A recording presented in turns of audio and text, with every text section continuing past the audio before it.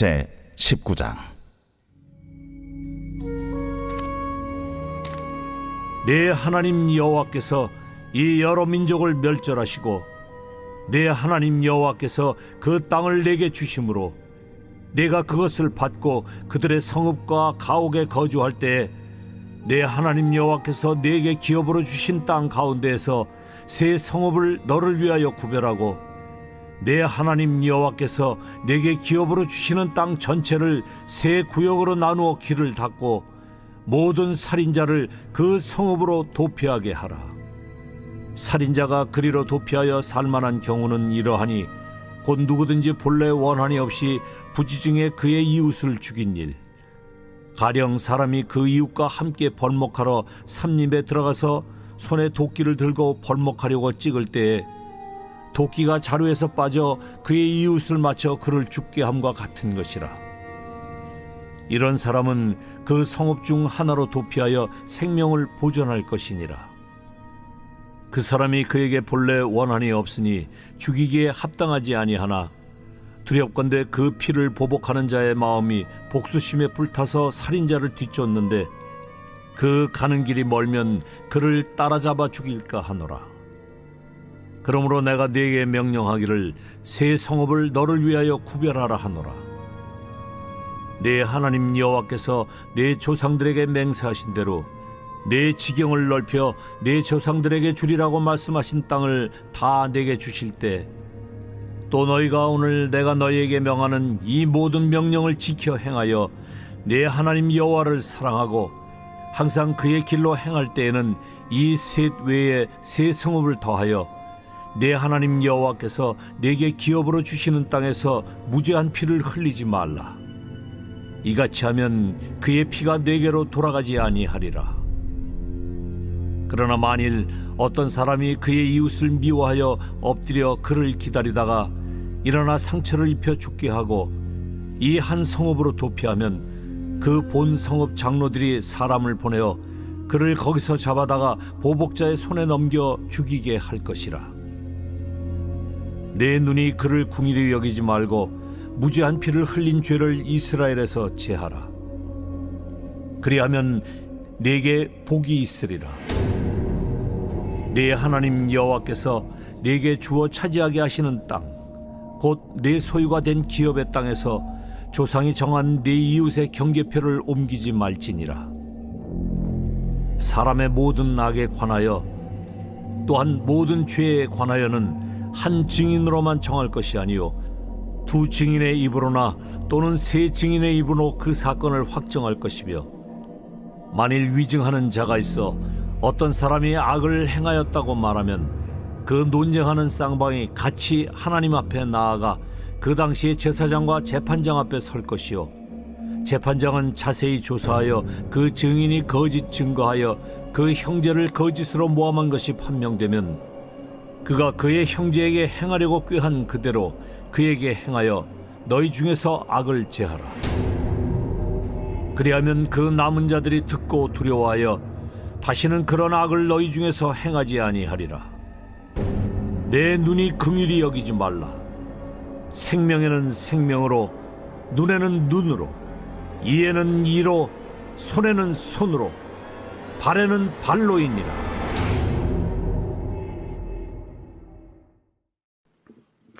오늘 새벽에도 주님의 보좌 앞으로 나오신 성도님들에게 하나님의 은혜와 평강이 함께 하시기를 축원드립니다. 오늘 신명기 19장 말씀 함께 살펴보도록 하겠습니다. 신명기는 다스림에 대한 이야기입니다. 이스라엘 백성들이 가나안 땅에 들어가 그 땅을 정복하고 어떻게 다스릴 것인가에 대한 이야기이죠. 그 다스림의 방법은 하나님의 말씀입니다. 이것은 우리에게 주어진 삶을 어떻게 다스리는가, 즉 하나님의 말씀으로 다스려 풍성하고 생명력 넘치는 삶을 살 것을 보여주는 성경 말씀입니다. 신명기는 네 편의 설교로 이루어져 있습니다. 모세가 가나안 땅에 들어가기 바로 직전에 모압 평지에서 이스라엘 백성들에게 선포한 네 편의 설교이죠. 첫 번째 설교에는 이스라엘 백성들이 애굽에서 나와 모압 평지까지 오게 된 여정을 이야기하고 있고요. 두 번째 설교는 신명기의 본론인 율법을 이야기하고 있습니다.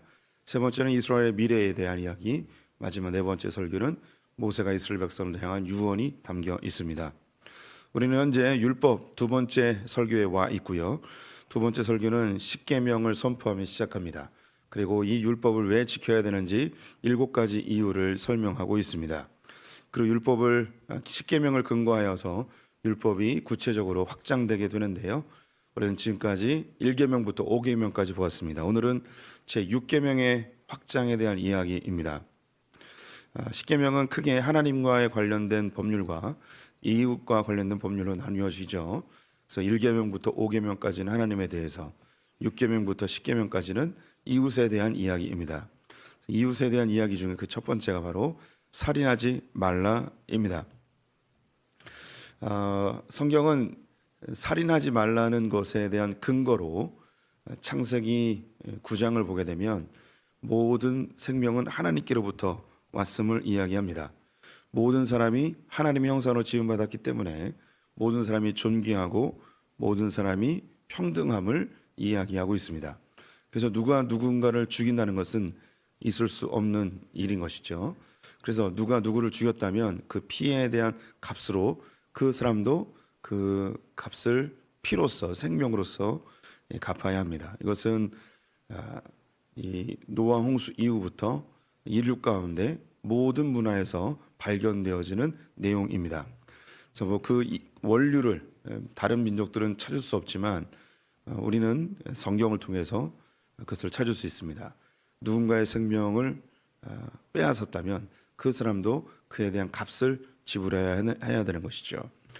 그 계몽주의 이후 인간의 이성이 발달하면서 모든 사람이 평등하고 모든 사람이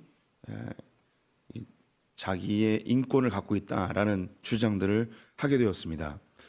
그러면서 이것이 조금씩 확장되며 노예 제도나 혹은 종의 제도가 서양 사회로부터 조금씩 사라지기 시작하였죠.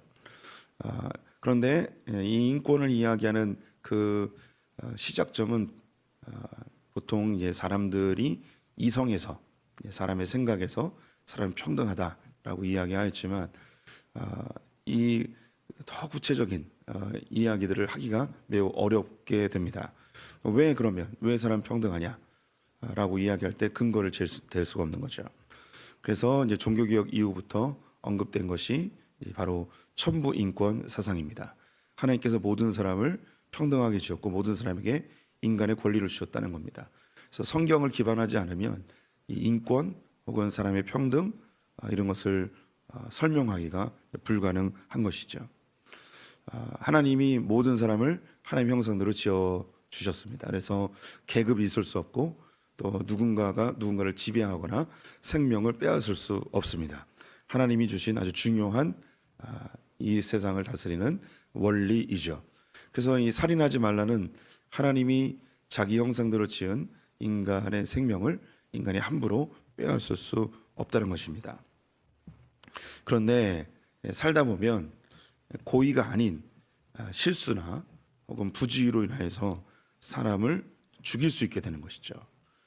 성경은 살인하지 말라라고 명령하였고 이 살인에 대해서는 반드시 핏값으로 그 죽음으로 값을 지불하도록 하고 있습니다. 그런데 고의가 아닌 실수에 의해서 사람을 죽인 경우 이때는 어떻게 될 것인가? 바로 오늘 19장에서 도피성에 대한 이야기를 하고 있습니다. 도피성은 요단강을 중심으로 요단 동편에 3개, 요단 서편 가나안 땅에 3개가 있었습니다. 요단 동편에는 위에서부터 하면 골란이라는 곳에 하나 있었고 길란 라못에 있었고 베셀이라는 곳에 있었습니다. 그리고 요단 서편 가나안 땅의 맨 꼭대기에 갈릴리 지방에는 게데스라는 곳에 있고요. 그리고 이스라엘 평야 근처에는 세겜에 있었고 그리고 남쪽 유다 지방에 헤브론 이렇게 3곳이 있었습니다. 이것은 가나안 땅 전체를 3등분하게 되면 이 도피성 한 곳마다 어디에서 죄를 짓던 간에 하루 안에 이곳을 도달할 수 있게끔 그 지역을 정해 놓았습니다. 오늘 본문에 나와 있는 과실로 인하여 사람을 죽인 한 케이스로 나무를 하러 갔다가 이 도끼에서 이 도끼 쇠뭉치가 빠져나와 옆에 있던 사람을 가격한 거죠. 그래서 죽게 되었습니다. 근데 고의가 없었어요. 부지 중에 과실로 죽이게 되었습니다. 이 경우 빨리 도피성으로 가서 이 도피성 안에는 피해 보복자가 들어올 수 없습니다. 살인한 자는 살인 당하게 되어 있거든요. 피해 보복자라고 표현합니다. 가장 가까운 가족이 사람을 죽였으면 그 사람에게 가서 그 핏값을 되찾아와야 합니다. 그런데 고의가 아니고 부지 중에 하였기 때문에, 과실로 하였기 때문에 도피성으로 일단 피합니다. 그리고 자신이 소명할 수 있게끔 그 도피성에 있는 제사장들에 의하여 구제받게끔 합니다. 그리고 이 도피성에 들어오면 피해 보복자가 죽게 되거나 혹은 자기가 이 부지 중에 과실로 인하여서 죽였다는 것이 입증이 되어지면 이 도피성에서 나올 수 있게 됩니다.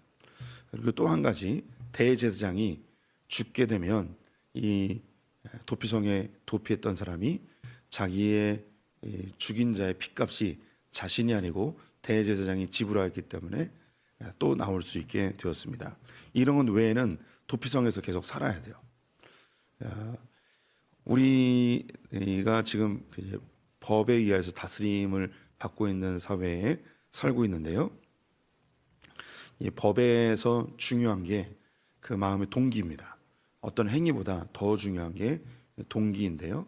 과실이냐 아니면 과실이 아니냐, 그 마음에 의도가 있었느냐 없었느냐, 이것을 굉장히 중요한 법의 처벌의 기준점이 됩니다. 범죄 성립 요건이라는 게 있습니다. 세 가지의 범죄 성립 요건이 있는데 첫 번째는 구성 요건입니다. 구성 요건은 법 조문에 있는 것만 처벌할 수 있어요. 우리가 봐서 아무리 나쁜 짓을 한 것 같아도 법 조문에 그 위법 사항이 없으면, 처벌에 대한 근거가 없으면 처벌할 수가 없습니다. 두 번째는 위법성입니다. 그 사람이 그 법을 위배했느냐, 이 법을 어겼느냐, 이것이 중요한 것인데요. 행위가 있었느냐 없었느냐입니다. 마음으로 저 사람을 죽여야지라고 생각해도 행위가 없으면 처벌하지 못하는 거죠. 세 번째는 책임성입니다. 이 사람이 자기가 행한 범죄에 대해서 책임을 질 수 있는가. 어린아이 같은 경우는 미성년자이기 때문에 이 죄에 대해서 책임을 질 수가 없죠. 혹은 치매 걸린 노인분이 누군가를 해야 했을 때 이것을 책임질 수 있지 않기 때문에 그것을 처벌하기가 어렵습니다. 여기서 이 위법성, 이 법을 어겼을 때에 그 사람이 고의가 있었으면 그 법률대로 처벌을 하고, 고의가 없었으면 처벌을 하되 좀 경감하여서 처벌하는 것이 오늘날 우리의 법입니다. 성경에 비슷한 그런 그 흐름으로 가고 있는 것이죠. 우리나라에서 만약에 누군가를 살해하였을 경우에는 형법 250조에 의해서 무기징역이나 5년 이상의 징역에 처하게 되어집니다. 하지만 과실로 인하여서 사람을 죽인 경우에는요, 2년 이하의 금고형이나 700만 원 이하의 벌금에 처하도록 되어 있습니다. 지난 월요일인가요? 그 서울시청 앞에서 역주행해서 9명이 안타깝게 생을 마감하게 되었죠. 그런데 사람들이 너무 이렇게 분노한 게 뭐냐면, 이 운전자가 과실로 죽였기 때문에 최고 2년밖에 감옥에 살지 않아요. 이게 그 사람들에게 굉장히 분노케 하는 거죠. 그럼에도 불구하고 이 법은 이것을 보호하고 있습니다. 성도님들이 볼 때 9명을 과실로 죽였는데 2년밖에 안 산다. 좀 억울해 보일 수 있지만 그 사람이 의도한 게 아니기 때문에 그것에 대해서 법률은 그 사람을 이제 보호해 주는 것이죠. 만약에 고대 사회에 이 사람이 살았으면 그 죽은 자의 가족들이 와서 이 사람을 죽였을 겁니다. 그럼 이 사람은 자기는 고의가 아니기 때문에 도피성으로 도망을 가야 되는 거죠. 그래서 도피성에서 보호를 받게 됩니다. 보호받는다보다는 그 도피성에서 감옥은 아니지만 금고, 굉장히 생활이 제한되어 있는 그런 삶을 살 수밖에 없게 되겠죠. 네, 이렇게 성경은 무고하게 피를 흘리는 것을 최대한 막으려고 노력을 하고 있습니다. 그다음에 이제 두 번째 나오는 주제가 14절 말씀을 보시면 내 하나님 여호와께서 내게 주어 차지하게 하시는 땅 곧 내 소유가 된 기업의 땅에서 조상이 정한 내 이웃의 경계표를 옮기지 마라라고 되어 있습니다. 갑자기 그 도피성에 대한 이야기를 하다가 경계석을 옮기지 마라라고 되어 있는데요. 이것은 이스라엘 백성들이 가나안 땅을 정복하고서 지파별로 땅을 얻죠. 그리고 가문별로 그 가족의 숫자에 따라서 그 땅을 분배받게 됩니다. 그때에 자기에게 주어진 경계석이 있는데요. 이것을 옮기지 못하도록 하는 것입니다. 그런데 이 도피성에 대한 이야기를 하다가 갑자기 이 땅에 대한 이야기를 하는 것으로 보아 이것은 단순히 자기에게 주어진 기업의 땅을 옮기거나 함부로 남의 땅에 경계표를 옮겨서 함부로 차지하거나 이런 근본적 개념보다는 도피성에 대한 개념으로 이해하는 게 좋을 것 같습니다. 도피성 그러니까 우리가 어떤 안전한 그런 성으로 머리에 떠오르시죠. 그래서 영어로 하면 캐슬 뭐 이런 걸로 보여질 텐데 이것은 그냥 성읍입니다. 성읍. 그래서 이 도피성 안에 사람이 많으면 이 도피성도 규모가 좀 넓어집니다. 그리고 사람이 줄어들면 도피성의 성읍이 줄어들고 뭐 이런 형태를 갖고 있어요. 그래서 임의로 이 경계표를 옮겨서 그 사람이 살고 도피성으로 도피한 사람이 어느 집에서 살고 있어요. 그러면 이 경계표를 옮겨 가지고 여기 도피성 아니니까 이제 죽여버릴 거야. 뭐 이렇게 하는 그런 일을 방지하는 것으로 보면 되겠습니다. 그 다음 주제로 언급되어지는 것이 두세 증인에 대한 이야기입니다. 누군가 죄를 졌을 때에 이 사람을 처벌하려면 두세 명의 증인이 필요하다고 합니다. 살인죄는 더 중요하겠죠. 그래서 고대 사회에서는 녹취나 증거를 찾는 것이 쉽지 않기 때문에 사람의 증언이 가장 중요한 증거가 되어집니다. 그래서 증거 법정주의를 성경에서는 요구하고 있습니다. 그런데 문제는 만약에 이 사람이 고의로 거짓을 이야기하는 위증을 하였거나 혹은 상대방을 고의로 처벌하게 하기 위하여서 모해 위증, 사람이 모의하여서 저 사람을 죽이려고 혹은 처벌받게 하기 위해서 두세 사람 이상이 모해해서 위증을 한 경우에 그런 경우 어떻게 할 것인가? 19절 말씀 보시면 그가 그의 형제에게 행하려고 꾀한 그대로 그에게 행하여 그의 너희 중에서 악을 제하라. 위증을 하거나 모해하여 위증한 경우 한 사람을 고의적으로 죽게 하거나 처벌받게 하기 위해서 모의를 해서 위증을 한 경우 그대로 똑같이 하라는 거죠. 위증을 하는데 저 사람이 사람 죽였어요. 죽이지도 않았는데 죽였어요. 라고 하면 똑같이 죽임을 받게 된다는 거죠. 저 사람이 훔쳤어요. 그러면 그 훔친 거에 처벌을 고스란히 받으라는 것입니다. 우리 성도님들 혹시 아실지 모르겠는데 지난주에 한국 인터넷을 엄청나게 뜨겁게 달군 뉴스가 한 가지 있었습니다. 어떤 학생이 이제 휴학생인데 군대를 제대하고 헬스장에 갔어요. 자기 아파트에 있는. 그런데 용변이 마려워서 화장실에 간 거죠. 그래서 화장실에서 나와서 그냥 집에 갔다가 그 다음 날 이 사람을 경찰이 찾아와서 어제 헬스장 갔냐고 물으면서 이 사람이 이 추행범으로 잡히게 된 겁니다. 알고 보니까 그 여자 화장실에 있었던 여자가 누군가 자기에게 그 화장실에 들어와서 몰래 훔쳐보고 나갔다는 거예요. 근데 그 여자가 이야기한 시간에 CCTV를 보니까 그 군대에서 가체대한 휴학생이 그 화장실에 나온 게 찍힌 거죠. 근데 화장실을 정면으로 보지 않고 현관을 찍고 있었어요. 근데 그 시간에 나온 남자가 그 남자밖에 없는 거예요. 그래서 성추행범으로 입건이 된 거예요. 그리고 검찰에 송치까지 되었습니다. 근데 이 남자가 너무 억울해가지고 이걸 인터넷에다 올린 거죠. 유튜브에 올렸어요. 이것이 공론화되게 되어서 또 어머니가 자기 아들이 갑자기 성추행범이 되어 버렸으니 억울해가지고 여기 화장실에 가서 이제 조사를 좀 하다가 우연히 그 신고한 여자를 만나게 됐습니다. 근데 그 신고한 여자가 횡성수설하고 그 경찰에 신고한 것보다 더 뻥튀기 해가지고 막 이야기하는 것을 듣게 되었습니다. 또 그것을 또 찍었어요. 녹음을 했어요. 그걸 또 인터넷에 올리게 됐죠. 그래서 전후 사정을 보니까 이 여자가 거짓으로 신고한 거예요. 그러니까 이게 점점점 커지니까 그 여자가 뭐라고 얘기했냐면 자기가 거짓말로 신고했는데 일이 이렇게까지 커질 줄은 몰랐다고 한 거죠. 근데 그 동탄 신도시의 그 여성 청소년과에서 이것을 접수해서 이 남자를 성추행범으로 검거해서 검찰까지 송치했는데 그 부서가 전국인가 경기도에서 그 성추행범 성범죄자 검거 1위 부서였던 거예요. 그래서 이게 막 공론화됐는데 그 이제 이 경찰들에 대한 비난이 아주 강하게 나타나게 된 거죠.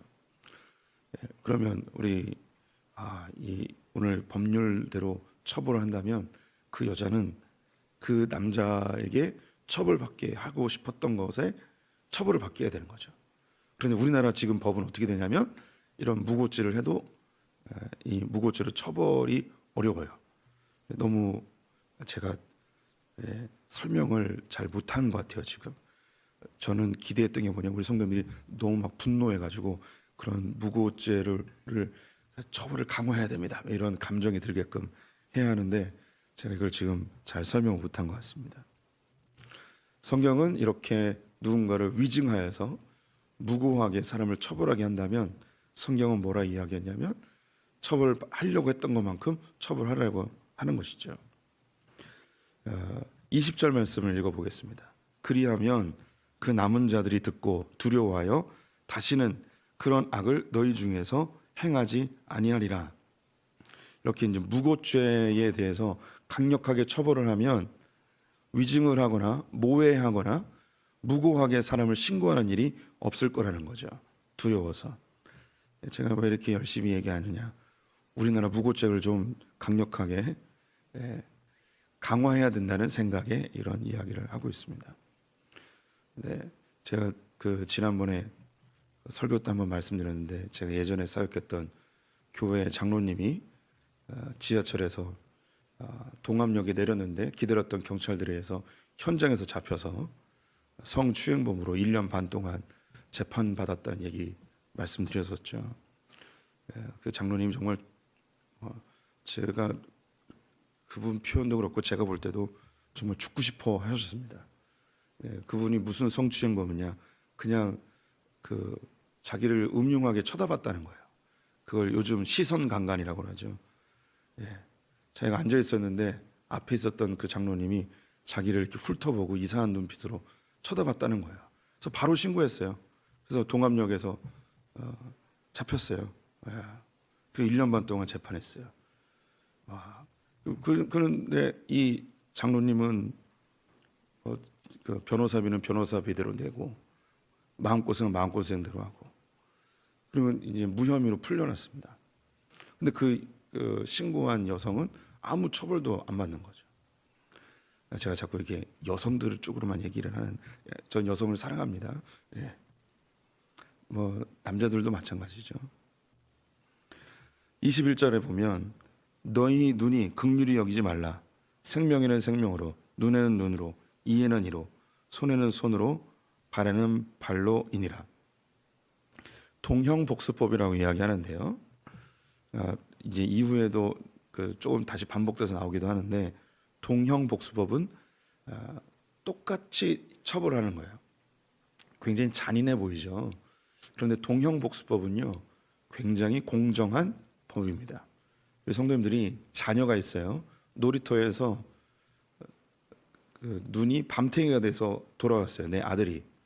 그러면 우리 성도님들 바로 놀이터로 뛰어나가겠죠. 아이 손 잡고. 그러면 거기서 이제 외칠 겁니다. 어떤 새끼가 그랬냐고 예, 하겠죠. 그러면 누군가 발견이 됐습니다. 그럼 우리 성도님들 어떻게 하시겠습니까? 내 아들이 눈이 밤탱이가 됐으니까 밤탱이로 만드시겠습니까? 아니면 반 죽여놓겠습니까? 우리는 절대 밤탱이로 안 만듭니다. 반 죽여놓죠. 제가 이제 밤탱이 정도만 얘기를 했는데, 내 자녀가, 내 사랑하는 사람이 상대방에 의해서 사지 중에 하나가 절단됐다거나 혹은 그 사건으로 인해서 영구 장애가 되었어요. 그러면 우리는 아마 그 사람 정말 죽여버렸을 것입니다. 그러면 이게 보복이 되는 거죠. 성경은요 동형복수로 되어 있어요. 그거 뭐냐? 똑같이 하는 거예요. 더 이상 하면 안 되는 거예요. 손가락 하나가 절단됐으면 그 사람도 손가락 하나만 똑같이 절단을 시켜야 되는 거예요. 그래서 굉장히 잔인해 보이지만 절대 그렇지 않아요. 우리의 마음은 엄청난 복수를 하게 되어 있어요. 10배, 1000배로 갚고 싶은 마음이 있죠. 그래서 살인하지 말라. 여기서 살인으로 가장 큰 죄로 언급이 되어 있는데요. 이스라엘 백성들을 유지할 수 있는 중요한 법률 제도가 바로 이 동형복수입니다. 그리고 여기에는 반드시 증인들이 있어야 하고, 그리고 이 사람이 고의가 아니면 그 처벌에 대하여서 보호받을 수 있게끔 하는 것이죠. 엄청난 법률 제도입니다. 오늘 우리 성도님들이 함께 기도할 때에 이 신명기는 이스라엘 국가를 형성시키는 그 기반이 되었다고 말씀드렸죠. 이 법률 하나님의 율법이 있고요, 계명이 있고 율법이 있고 법도가 있고 규례가 있습니다. 이게 성경에서 좀 구분이 되어 있는데, 십계명은 하나님이 주신 계명입니다. 이 십계명을 기반으로 해서 펼쳐진 게 율법입니다. 이게 이제 신명기에 있죠. 여기서 규례와 법도는요, 이것은 성경에 다 기록이 되어 있지 않은데요. 이스라엘의 유대인의 전승들이나 책들이 있어요. 이것은 그 시대에 맞게끔, 그 상황에 맞게끔 다시 이제 이 법률이 규례가 좀 더 이렇게 확장이 되는 그런 구조로 되어 있습니다. 우리가 오늘 이 시간에 기도할 때에 이것이 우리에게 적용돼서 살인하지 마라 이렇게 이야기 적용시킬 수도 있겠지만, 오늘 특별히 이 나라의 법률 제도를 위해서 기도했으면 좋겠습니다. 법을 집행하는 사람들, 법을 만드는 사람들이 하나님의 마음으로 성경적 원리로 이런 법률들이 잘 세워질 수 있도록, 또 억울한 사람이 나타나지 않도록 이런 것을 위해서 기도할 필요가 있을 것 같습니다. 네, 우리 성도님들, 여기서 이제 우리가 조금만 더 이야기를 하면, 예수님이 십자가에 달려 돌아가셨는데 그분은 사람들의 위증으로 돌아가시게 되었습니다. 예수님이 십자가에 죽으신 그 현장에 하지도 않은 일에 대하여서 사람들은 위증을 하였고, 또 유대 종교 지도자들은 위증할 수 있는 사람들을 모해하여서, 즉 매수하여서 위증하게 하였습니다. 그래서 십자가에 달려 돌아가셨죠. 또한 초대교회뿐만 아니라 역사 속에서 수많은 크리스천들이 모해를 당하여서, 위증으로 인하여서 무고하게 십자가에 달려 죽은 사건들, 또 화형에 당하고 사자밥이 되는 일이 수없이 있었습니다. 또 성경에 다윗은 하지도 않은 일에 대하여서 모해당하여 그는 10년 이상 도망자의 세월을 보내게 되었죠. 그때의 원수 갚음을 기회가 있었습니다. 사울을 2번이나 죽일 수 있는 기회가 있었고, 예수님은 십자가에서 천군 천사를 동원하여 자기를 죽이려는 자들을 처벌할 수도 있었습니다. 그럼에도 불구하고 다윗은 하나님께 그 원수 갚는 것을 맡겼고, 또 예수님은 스스로 십자가에 달려 죽으심으로 모든 사람의 죄를 담당하시는 일을 하게 되었죠. 우리에게 하나님은 이런 법률을 주시기도 하였지만, 이 법률로 보호받는 건 마땅한 우리의 권리입니다. 하지만 주님 우리에게 더 큰 모범을 보여주셨습니다. 원수를 직접 갚지 말고 하나님께 맡기라는 것이죠. 성도님들이 살다 보면 이런 엄청난 큰 사건을 당하기도 하지만, 아주 사소하게 모함을 당하거나 혹은 억울한 일을 당하거나 혹은 사람들에게 거짓으로 자기가 손해를 보는 경우들도 있을 것입니다. 억울한 일 많이 있을 수 있습니다. 이때에 우리 성도님들이 때로는 도피성이 되어주실 필요가 있습니다. 도피성은 그 억울함을 그냥 품는 것이죠. 그리고 이 품어진 이 억울함을 하나님께 맡기는 겁니다. 원수 갚는 걸 하나님께 맡기고 때로는 묵묵히 기다리는 모습이 필요하지요. 저도 이제 목회를 하면서 오해를 당하거나 혹은 모함을 당하거나 억울한 일이 왜 없었겠습니까? 그것을 다 풀어내려고 오해를 풀으려고 하거나 내 억울함을 풀려고 사람을 만나러 다니지는 않았습니다. 하나님 앞에 맡기고 기다렸을 때에 시간이 지나 하나하나 풀려 나가는 것들을 보게 됩니다. 가장 비근한 가까운 예화로 교회를 분립할 때에 엄청난 오해와 공격과 모함을 당한 건 우리 성도님들도 아시는 부분이 있을 거라고 생각이 듭니다. 그런데 하나님께 맡기고 하나님 바라보면서 걷다 보면 하나님께서 하나하나 풀어주시고 위로해 주시고 또 하나님이 계획한 목적대로 활용케 하실 것입니다. 도피성이 그런 겁니다. 우리는 예수 그리스도에게 도피할 수 있겠죠. 그런데 우리 성도님들도 누군가의 도피성이 되어 주십시오. 억울한 일이 나에게 다가왔을 때 내가 도피성이다라고 생각하고 하나님께 맡기고 기다리면서 평강을 누리시길 바랍니다. 풀 수 있는 건 풀 수 있는 거 풀어도 좋습니다. 하지만 풀지 못하는 게 있을 수 있습니다. 그때 내가 도피성이구나. 이걸 하나님께 맡기고 기다리면 주님께서 회복시켜 줄 것이라는 그런 예수 그리스도 안에서 복음 안에서 평강을 누리시는 성도님 되시기를 축원드립니다.